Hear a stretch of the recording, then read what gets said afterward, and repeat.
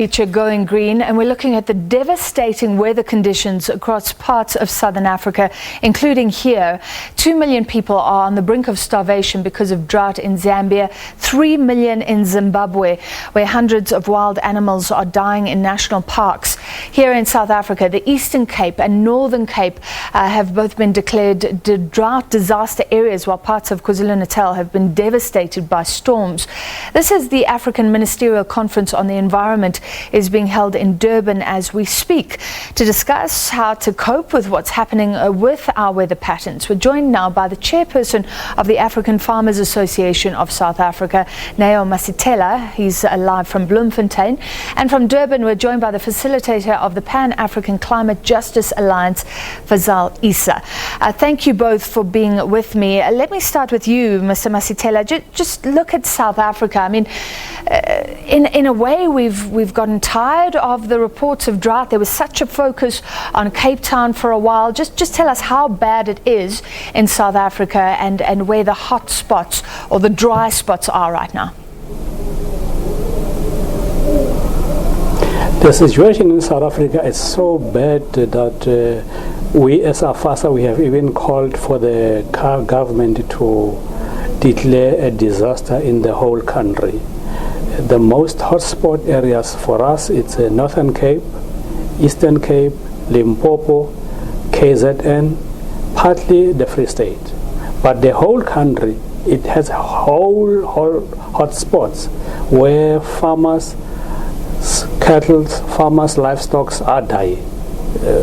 The weather patterns are not even favorable for our farmers. The conditions is so horrible that most of our farmers, particularly emerging farmers, are unable to move, particularly those who are in livestock. Those who are planting are scared to plant because they don't know what's going to happen, because we only just got the rains 2-3 days ago, and the planting season period has just gone by. So those rains, Mr. Masithela, everyone is very tough. Yeah, everyone is excited about the rains, but you're saying it's too little, too late. Look, the rain is late. I mean, it's going to impact negatively on the yields of the productions that our farmers are planting. We are excited. Every farmer is excited that we have rains. I know for the fact that most of our farmers have already started planting now, despite the fact that it's late, because that's the only time we have rains. The window period is actually closing. Those who have irrigation system are the better ones. Those who don't have irrigation systems, we have been hoping and praying that this rains will come through. It came through, but in other areas it flooded the areas. So in a KZN, some of our farmers who just were happy about the rains, some of their seeds have been washed away. So the weather patterns in the country, and not only in South Africa, I guess in the continent, it's a very devastating situation. Our farmers, for instance, in Northern Cape, we have about 15,500 farmers that have been affected by this drought. And that's why we're thankful that the government declared a disaster in Northern Cape. We are calling on government to declare disaster in the entire country, because the more government departments work together, they synchronize their resources for enabling a better proposition for a better solutions in the farming communities. But if it's not declared a disaster, every department, rural development, agriculture, and land reform, COCTA, and the district government, municipal government, all of them are doing something. But because they are not uncoordinated, they don't make a very good impact. So that's why we're calling on government to declare a disaster in the situation. All right, I want to come back to that, what difference it'll make declaring the whole of South Africa a disaster area. But Mr. Issa first, so it sounds so terrible in South Africa. Compare that to what we're seeing in Zimbabwe, Zambia, other Southern African countries. Are we worse off, or actually are we amongst others who are just facing an even more dire situation?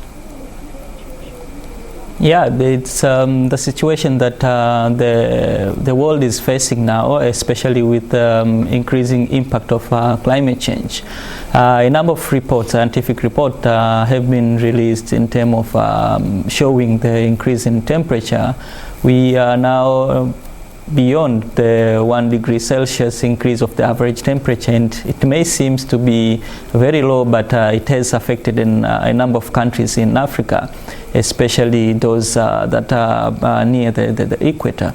So it's not about the drought only in the southern part of Africa, but also we have seen a number of drought also in the eastern part of Africa due to this increased temperature across the globe. So a number of intervention needs to be done. Now it's more than climate change; it's a climate crisis.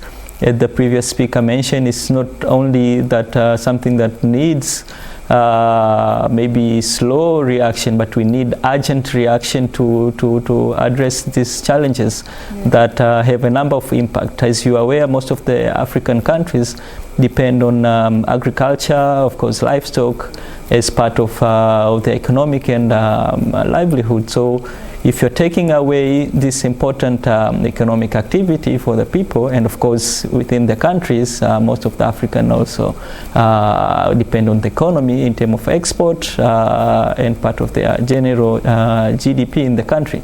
So if you have unreliable rainfall, or rainfall that are coming heavily in few days or weeks, and then for the rest of the year you don't have rains, it affects even the planning for farming and even other economic planning for export. So this is not only a challenge to the southern part of Africa, but the whole of Africa is facing a challenge due to the increase of the average temperature.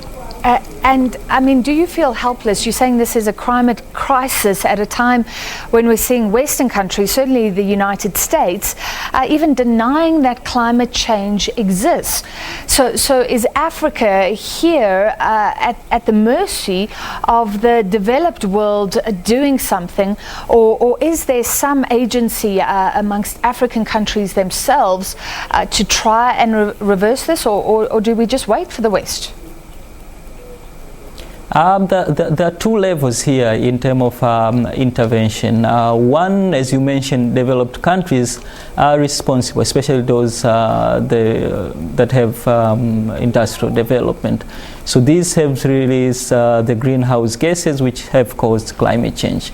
But in terms of the two levels that I was mentioning, is one for African countries now to compare with these developed countries to reduce the emission. Of course, at the international level, there are a number of initiatives.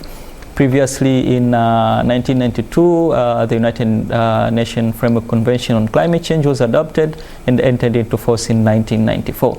So this provided a framework for different countries to engage. And then later on, in 2015, a breakthrough through a Paris Agreement was adopted, and surprisingly, it entered into force in 1 year.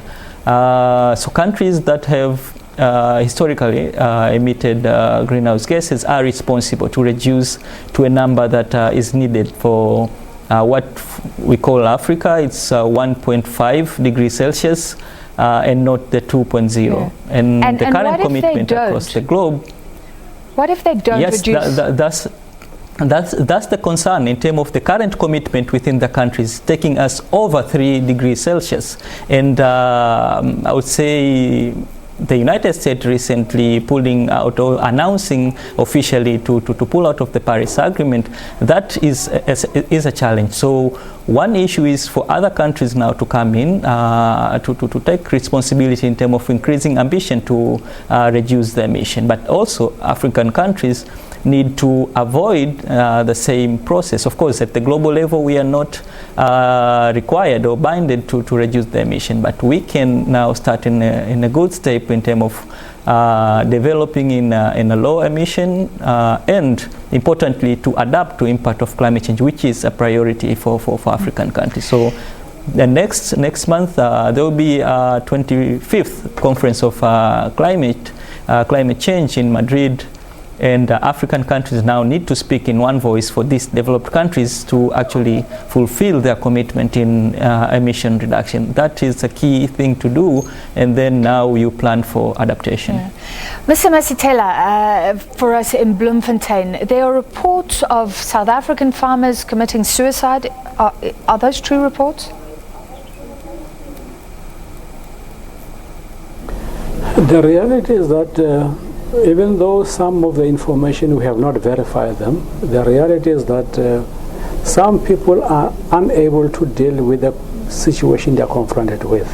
That could be a simple solution for them, but to our information we have not received that officially, that our farmers have just committed suicides. But the reality of what we are confronted with in this country is that this drought, this climate condition impact on food security, it impacts on economic markets, it impacts on productions for food in the country.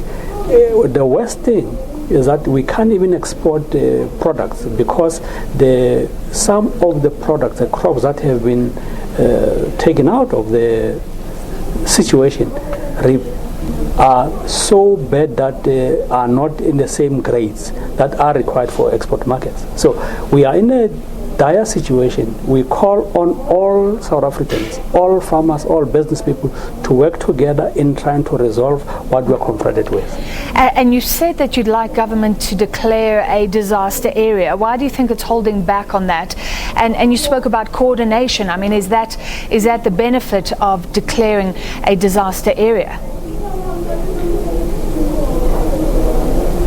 Look, when you declare a disaster as a government, you enable local government, district, municipality, national government and provincial government to pool their resources together.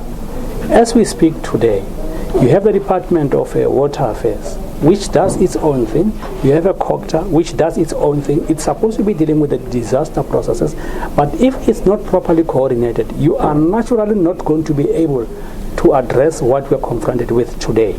The reality is that, one, uncoordinated interventions seems to be for us a waste of resources and money and time.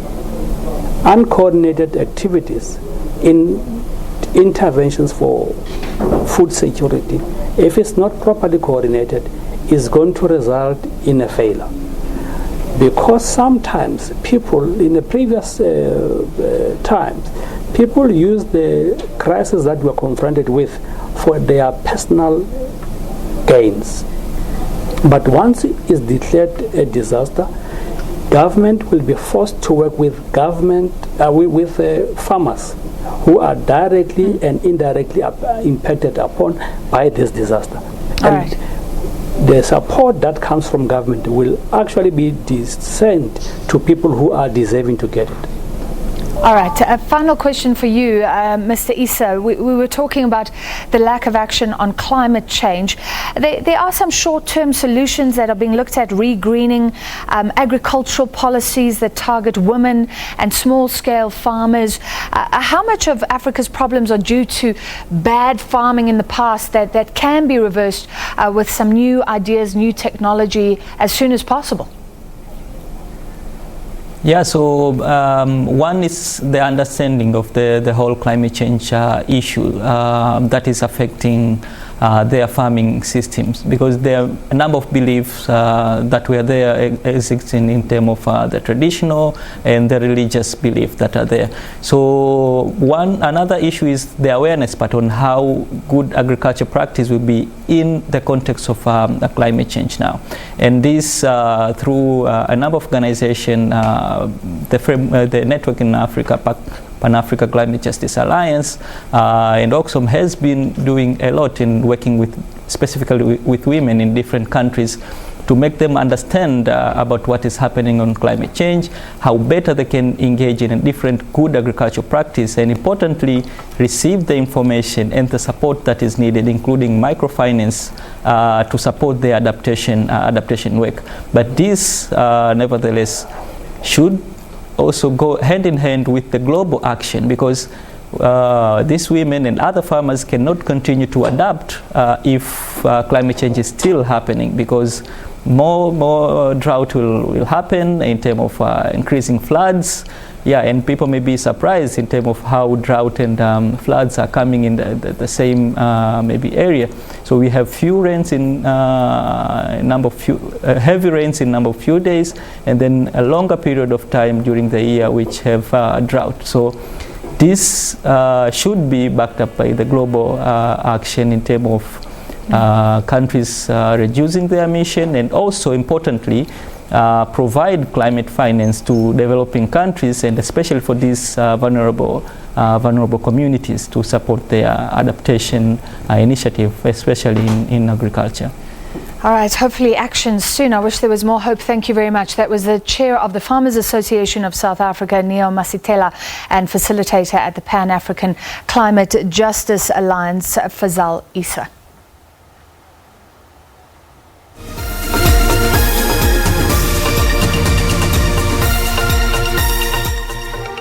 All right, let's take a recap now of tonight.